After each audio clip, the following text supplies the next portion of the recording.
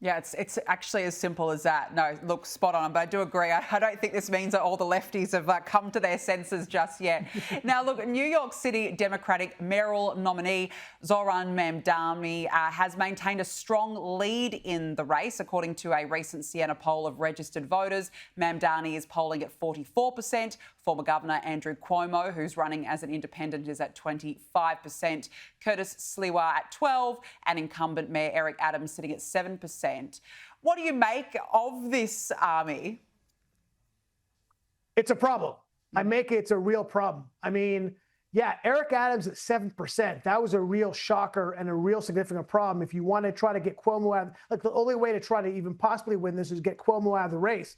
But Cuomo now has the argument saying, I'm the one who's done. I'm more than 3 times Eric Adams. Look, here's the problem, though. Even with all that, dropping out, not dropping out, it might not even make a difference. Look, I was told by your producers, Danica, that there wouldn't be math on the show, but yet you're forcing me to do math.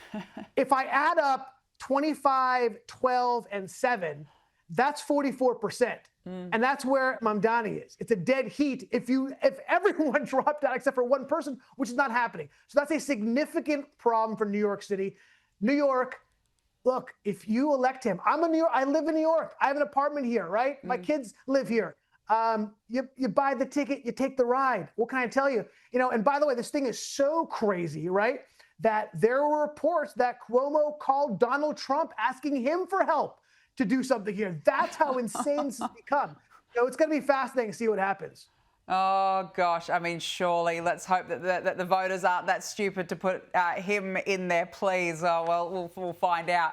Now, Ami, the woke and very tiring and tragic response to Sydney Sweeney's American Eagle ad campaign.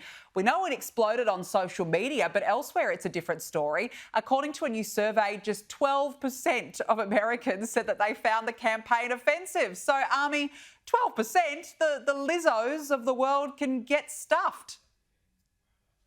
Yeah. Okay. Look, in doing my research for this piece, yes, people, I know when you hear me, you're like, he must do no show prep at all, but I actually do. Okay.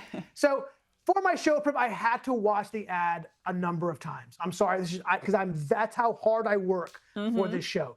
Okay. Look, let me say this. The people who opposed it, right? Yeah, I think they're all card-carrying members of Fatties for Palestine. I think that was the only group who opposed it. Look, no, the surprising number wasn't that. Surprising number was the 12% that had no opinion. I mean, that all had to have been men whose wives were watching them as that poll was happening, okay? It's impossible not to have a view on that poll. But yet, unsurprisingly also, men overwhelmingly found that ad to be more clever than women. I'm shocked. So, yeah. No, actually, another really fascinating thing from a cultural and political perspective is, if I can be serious for a second, is that it's so interesting to watch how the dynamics flip over time. Like now, a lot of the, aside from the people calling it, neo-Nazi, right, white supremacists, forget them for a second. But a lot of people on the left are taking offense to because the over-sexualization of women is anti-feminist, right? That's kind of like a view people have taken, which is so interesting because 25 years ago, it would have been the Republicans who were saying, hey, we have a problem with this ad because it's overly sexualized. So I think it's fascinating. I think it's really fascinating too, and you're right. I think there were a lot of women staring over their men watching that ad for sure. Now, look, US Attorney General Pam Bondi has ordered a grand jury investigation into an alleged conspiracy by the Obama administration to tie Donald Trump to Russia. Here was the president overnight. They got this phony investigation going on, Russia, totally phony, created by Adam Shifty Schiff and Hillary Clinton and the whole group of them. And it made it very dangerous for our country because I was unable to really deal with Russia the way we should have been. I'm looking at Pam because I hope something's going to be done about it. So, Ami, Russiagate is back. Yeah, it really, Russiagate, Russia, the Russia hoax, one of the great stains on our American intelligence community. And I think they'll be paying the price for a long time. Look, the only proof we have, actual proof of collusion with Russia on tape, is when Obama and Medvedev, I forgot to pronounce the lapdog of Putin's name, when he took that 1 4-year term because he had to try to Putin make it legal for him to continue his dictatorship, was when the Russian leader and Obama had an off-mic meeting. It was actually on a hot mic, and he leaned into him and said, hey, just give me a little bit of negotiating maneuver room for this missile defense thing. Once I win the election, we'll be good. That's the only collusion with Russia I've actually seen proof of. The president had a really great point, and it's so true, about how this Russia hoax did have an effect on foreign policy.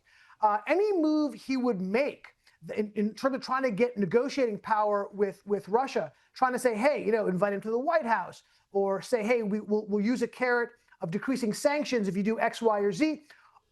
He was, I'm sure, conscious of looking overly conciliatory to Putin because of that. It really boxed him in foreign policy-wise. Ironically, it actually may have made him tougher on Russia because of that. So there were probably some positive downstream effects. But yeah, that kind of that politicization of intelligence really had an effect on foreign policy, and that's, I think, to the detriment of this country and to the way we view the intelligence establishment.